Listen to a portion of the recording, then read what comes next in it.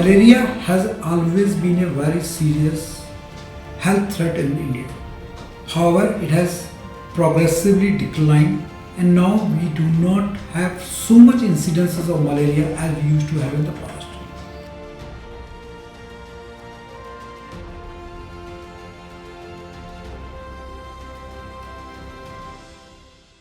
You see, to prevent malaria, we have to prevent the vector that spreads the malaria, that is the Anopheles mosquito. So we have to decrease the breeding of the mosquito. So we have to use repellents, we have to cover the water bodies with kerosene such that the larva is not allowed to proliferate. We have to kill mosquito breeding. So that way we can prevent malaria.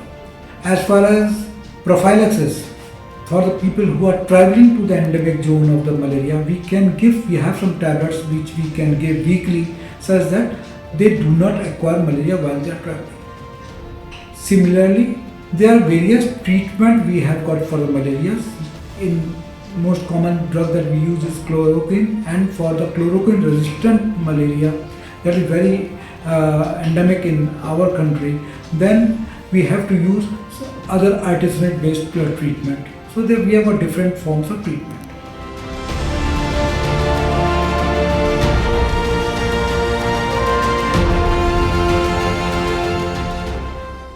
Malaria, as we all know, can cause high-grade fever, chills, rigors,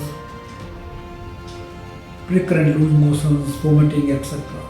However, the lesser known symptoms of malaria, I will say, for the past almost 3 decades of my practice, I have seen various forms. I have seen patients only presenting with severe pain in abdomen, only presenting with loose motions, recurrent vomiting, we call LG malaria. Patient presenting with renal failure, kidney shutdown. Patient presenting with only severe liver failure. Patients presenting with, even cases have been reported with heart attacks.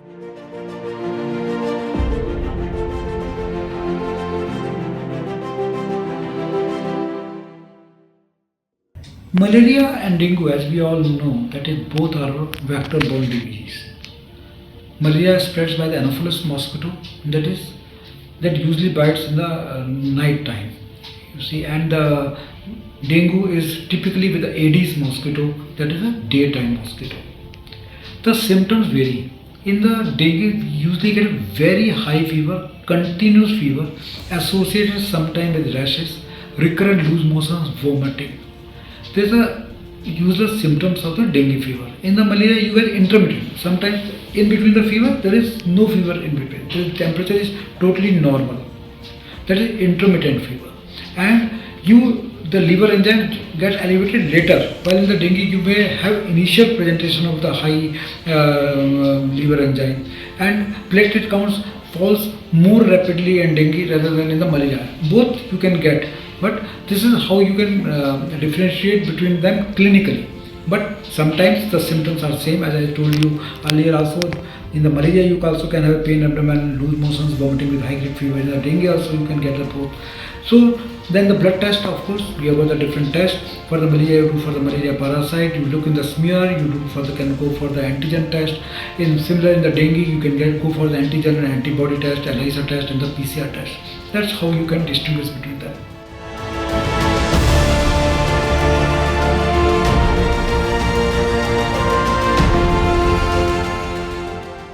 The search of malaria vaccine has been going on, I will say, more than 4 decades. More than, I will say, 30 to 40 vaccines have been tried in phase 1 or phase 2 trials, but none were successful for various reasons. The latest on the block is R21 vaccine that has been approved by Ghana now, and where this is going to be used. This is given in 3 doses, and later on a booster dose a year later.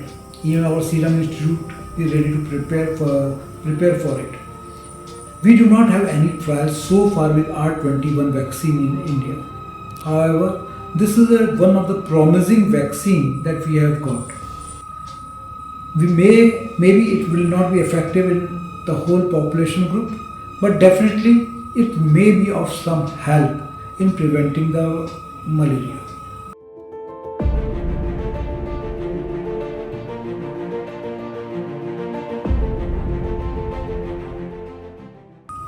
India has achieved remarkably in decreasing the both mortality as well as morbidity due to malaria. One, it has significantly decreased the death rate, incidence rate, prevalence rate all up together in India. The target of the government of India is to eliminate malaria from India by 2030. We are not very far from this. The total idea is that we should be able to decrease the incidence of less than 1 per 1,000 population in most of the lab, almost 20 states by 2024, and should make rest of the state and union territory free from the malaria by 2024. By 2030, we should be able to eliminate malaria. This is a very realistic goal, the way we are going forward.